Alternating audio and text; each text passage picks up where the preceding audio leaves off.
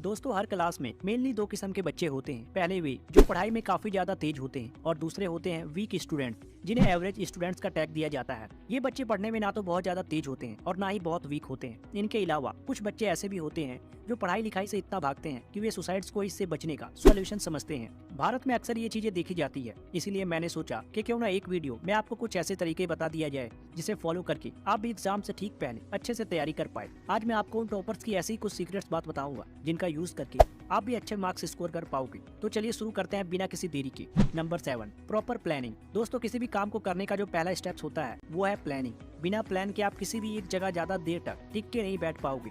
अगर आप भी काम को करने से पहले प्लानिंग नहीं करते हैं तो याद रखिएगा कि बिना प्लानिंग के कुछ भी प्लान करना आपको बस बर्बादी की तरफ ले जाएगा। आप भी कभी अपने गोल तक पहुंच ही नहीं पाओगे। सबसे पहले आपको प्लान करना होगा कि आपके टोटल कितने सब्जेक्ट हैं और किस किस सब्जेक्ट्स को कितना समय देना है, और अपने सिलेबस को अच्छी तरह एनालाइज करें कि सिलेबस में सबसे ज्यादा वेटेज किस चैप्टर को देना है और फिर उन चैप्टर्स पर ज्यादा ध्यान दें। और कभी ये मत करना कि एक ही बार में सब चैप्टर्स पढ़ लूंगा, ऐसा नहीं करना है। छोटे छोटे गोल्स बनाइए, जैसे एक हफ्ते में 2 चैप्टर्स खत्म करना है, और अपने टारगेट्स को पर डे के हिसाब से भी छोटे छोटे गोल्स में डिवाइड कर दे। फॉर एग्जांपल, एक दिन में मुझे केमिस्ट्री के इस चैप्टर को कंप्लीट करना ही है, चाहे समझ में आए चाहे ना आए। एक बार समझ नहीं आएगा दोबारा नहीं आएगा, बट कभी तो आपको आएगा ही। और जब भी आप कोई चैप्टर पढ़े तो अपने साथ उस चैप्टर को यूट्यूब पर किसी अच्छे टीचर से पढ़ो। अगर आप ऐसा रेगुलर करोगे तो आपको धीरे धीरे पढ़ाई में मजा आने लगेगा, और जैसे जैसे अपने गोल्स को अचीव करते जाओगे आपको गोल्स को अचीव करने की एक लत लग जाएगी, और फिर आप इंटरनेट के साथ इफेक्टिवली स्टडी कर पाओगे। Number 6, never study the day before exam.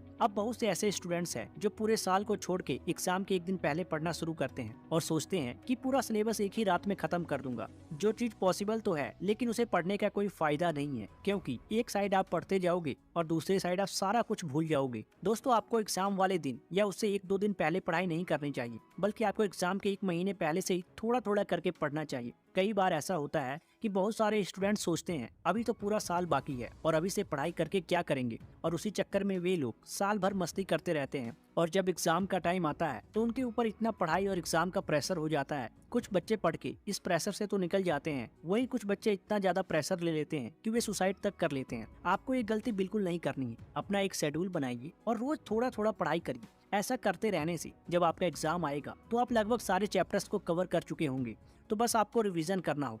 यकीन मानिए दोस्तों, अगर आप साल भर पहले से पढ़ाई करते हैं तो पेपर के टाइम पे रिवीजन करने में भी आपको काफी मजा आएगा। आपको लगेगा कि आपको सब कुछ आता है, और ऐसे में आपके ऊपर पेपर का बिल्कुल भी प्रेशर नहीं होगा और आप एग्जाम में बहुत अच्छा स्कोर कर पाएंगे। आपके स्कूल कॉलेज में जो भी पढ़ाया जाता है उसे उसी दिन नोट कर लीजिए, और हो सके तो रिवाइज भी कर लीजिए। अपने सारे सब्जेक्ट्स के चैप्टर को थोड़ा थोड़ा करके रोज पढ़ते रहिए, और इस तरह आप पेपर से पहले ही सब कुछ मतलब सारा सिलेबस खत्म कर देंगे और आपके ऊपर कोई प्रेशर नहीं होगा। नंबर 5, कोई भी नई चीज सीखने के बजाय उस पर ज्यादा फोकस करें जो आपने पहले से पढ़ी है। दोस्तों एग्जाम के समय अगर आप किसी नए क्वेश्चंस को सीखने में अपना टाइम बर्बाद करोगे तो ना तो इससे कोई फायदा होगा, क्योंकि ऐसे में वो सारी चीजें भूल जाओगे जो आपने पहले से पढ़ी हुई है।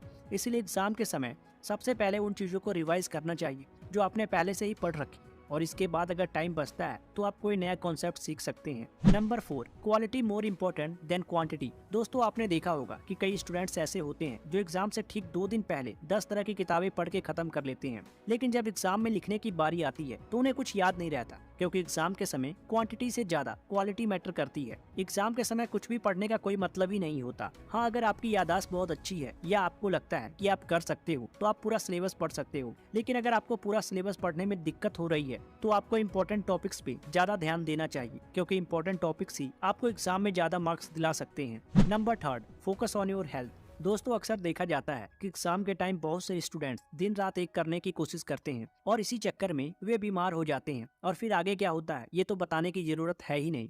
इसलिए दोस्तों एग्जाम के टाइम अपनी सेहत का ध्यान रखना चाहिए और हेल्दी खाना खाना चाहिए, क्योंकि कई बार स्टूडेंट्स पेपर देने शहर से बाहर जाते हैं और पेपर से ठीक पहले जंक फूड जैसे चाय समोसे कचौड़ी खा लेते हैं, और फिर पेपर के टाइम पे नींद सताने लगती है। इसीलिए पेपर के टाइम पर अपनी सेहत का पूरा ख्याल रखें, एक्सरसाइज करते रहे और अच्छे अच्छे भोजन खाए। Number 2, solve last 10 year question paper.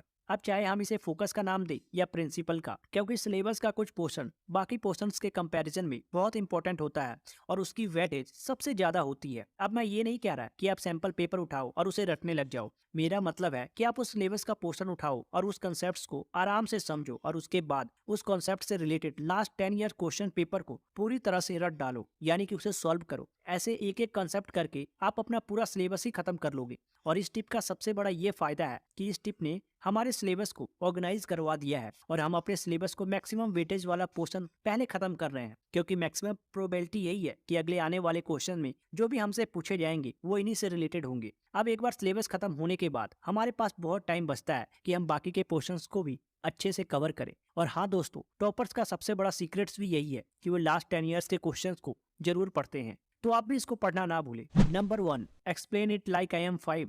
ये पॉइंट कहता है कि जब भी हम कोई नया कॉन्सेप्ट पढ़ते हैं तो वे हमें तब तक समझ नहीं आता जब तक हम उस कॉन्सेप्ट को सिंपल भाषा में किसी दूसरे को नहीं समझा पाते। इतनी सिंपल भाषा में ताकि 5 साल के बच्चे को भी कॉन्सेप्ट समझ आ जाए। होता ये है कि जब भी हम में से मैक्सिमम लोग नए कॉन्सेप्ट्स को पढ़ते हैं, हम ये सोचते हैं कि जब तक हम कोई बड़ा नया साइंटिफिक वर्ड या कोई कॉम्प्लेक्स वर्ड नहीं यूज करेंगे तब तक बाकियों को ये नहीं लगेगा कि हमें ये डिफिकल्ट कॉन्सेप्ट समझ आ गया। आइंस्टाइन ने भी कहा था, if you cannot explain it simple you don't understand it well enough. तो दोस्तों, आज के लिए बस इतना। मैं उम्मीद करता हूँ कि ये वीडियो आपको कुछ ना कुछ तो जरूर सिखाई होगी और आपको कोई ना कोई बेनिफिट्स भी मिला होगा। अगर ऐसा है तो इस वीडियो पे एक लाइक जरूर करिएगा और अपने दोस्तों को फॉरवर्ड करिएगा ताकि उन्हें मदद मिल सके। और ऐसे ही और वीडियोस देखने के लिए हमारे चैनल को सब्सक्राइब जरूर करें। और हाँ, लास्ट में इतना कहना चाहूंगा कि ये सारी टिप्स को आप रेगुलर बेसिस पे फॉलो करें जब जब आपका एग्जाम आएगा तब। इसके अलावा अगर आपको पढ़ने में और डिफिकल्टीज आ रही है तो डिस्क्रिप्शन में और भी वीडियोस के लिंक है, उसको आप देख सकते हैं।